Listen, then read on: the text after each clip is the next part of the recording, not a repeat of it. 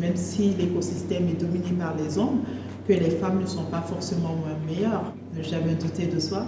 Bonjour, je suis Rabia Moussa, je suis ingénieure génie logiciel de formation, je suis lead du Google Developer Group Niamey et Women Tech Makers Niamey. Sinon, dans la vie professionnelle, je suis consultante en stratégie de développement numérique et cofondatrice de l'association Developer.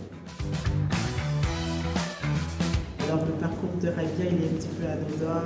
Je suis revenue en 2015 au Niger en tant que stagiaire dans une structure privée.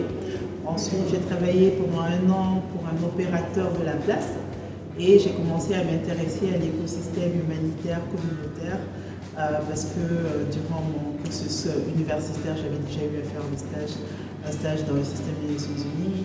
Donc j'ai commencé à les côtoyer et me dire quelque part qu'au lieu de développer et avoir juste cet aspect purement technique, l'idée c'est de pouvoir un petit peu mixer entre la tech et le côté social. Donc pouvoir avoir ces 2 casquettes-là, c'était important pour moi. C'est pour ça que je suis très intégrée dans l'écosystème numérique, entrepreneurial et aussi communautaire. Je dirais que dans un premier temps, on peut se dire que c'est plaisant, mais après il y a effectivement beaucoup de difficultés. La première difficulté, c'est que j'aimerais avoir plus de consoeurs avec moi. C'est vraiment dommage qu'à des activités, souvent qu'on soit les mêmes qui soient invités.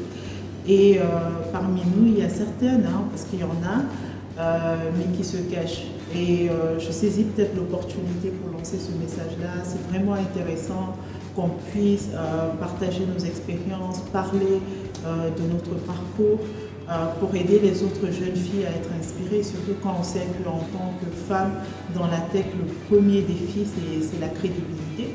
Et que quelque part, on doit montrer que même si l'écosystème est dominé par les hommes, que les femmes ne sont pas forcément meilleures. On est très bon dans cet écosystème, on est très bon dans la tech et on doit le prouver, le démontrer.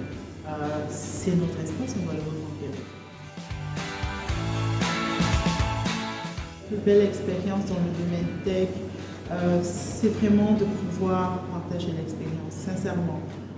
C'est très important pour moi de me sentir utile, de vraiment sentir cet impact social que je peux avoir autour de moi, parce que ça me permet non seulement d'aider les autres à grandir, mais moi aussi de grandir en écoutant, en ayant justement l'expérience, cette interaction avec les autres.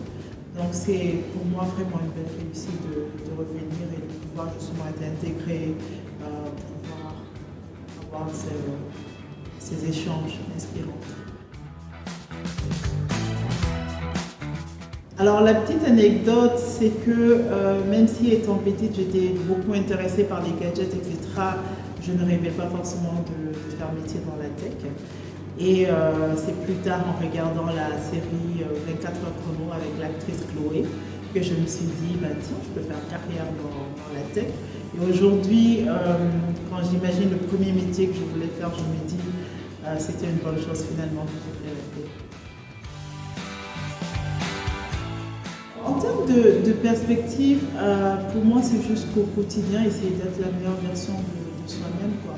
De pouvoir amplifier justement cette capacité à proposer des solutions pour parler à nos difficultés, parce qu'on a des défis, il y en a, mais c'est de se dire que comment on peut justement transformer ces défis-là en opportunités pour pouvoir avancer, voilà, tous ensemble, on garde cet espoir de se dire qu'on peut bâtir des communautés meilleures. Alors, comme dernier mot, c'est ne jamais douter de soi. Et quand on prend la phrase, en fait, ça fait 7 mots. Si chaque jour de la semaine, on essaie de se répéter ça, je pense que ça va finir par entrer et qu'on puisse l'incarner au quotidien. Ne jamais douter de soi. Et je profite également pour partager un dicton que j'aime bien. Pour trouver sans chercher, il faut avoir longtemps cherché sans trouver. Donc, comme quoi il faut se dire, il faut passer par une zone de turbulence, il faut rencontrer des difficultés et un jour pouvoir profiter justement de toutes ces difficultés qu'on a eu à traverser.